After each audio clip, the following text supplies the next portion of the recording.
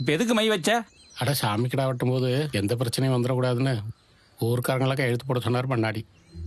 அதான்டா மை வச்சேன். ஏப்பா பிரச்சனை 2 பண்ணாடி இருக்குல்ல, இதுல ஊருக்காரங்க எது கையெழுத்து போடணும்? அட விட்றா, அந்த பண்ணாடிங்க என்ன சொல்றாங்கன்னு கேட்டு தலையாட்டிகிட்டே போக வேண்டியதுதான். அவங்க சாமி சாட்டை ஒத்துக்கிட்டதே பெரிய விஷயம். இதுல இவன் வேற ஏதோ பிரச்சனை ஆயிடக்கூடாதுடா. எப்ப உனக்கு கொஞ்சமாவது புத்தி இருக்குதா? கோவிலுக்கு கடா இதை தவிர வேற நினைப்பே வராத உனக்கு? சரி, பண்ணாடிக்கு கோயிலுக்கு தான் கையெழுத்து வாங்கணும்னு உனக்கு எப்படி தெரியும்? வேற எதுக்குடா வாங்க போறாரு? இப்படி முட்டாள்தனமா இருக்காதப்பா. நம்ம ஊர் கொலவெட்ட நில எடுக்கிறது சம்பந்தமா அந்த அதிகாரிகிட்ட பண்ணாடி பேசிட்டு இருந்ததை நான் பார்த்தேன். நம்ம எல்லாத்துக்கிட்டையும் கையெழுத்து வாங்கி கொடுக்குறதா சொன்னாரு பண்ணாடி. இது அப்பவே நான் உங்ககிட்ட சொல்லியிருக்கணும்.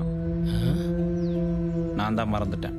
நீ கையெழுத்துங்கிற, நான் வெறும் மைதாண்டா வச்சேன். ஷோ, எல்லாம் ஒண்ணுதாப்பா. அப்படி எல்லாம் அது நடக்காதுடா. மனுஷன் நம்பலன்னா எப்படி? இங்க எல்லாரையும் ஒரே மனுஷனா பார்த்தா பிரச்சனை இல்லப்பா. ஆனா மனுஷனுக்கு மனுஷன் பிரிச்சு தானப்பா பாக்குறாங்க. அதுதான் பிரச்சனையே.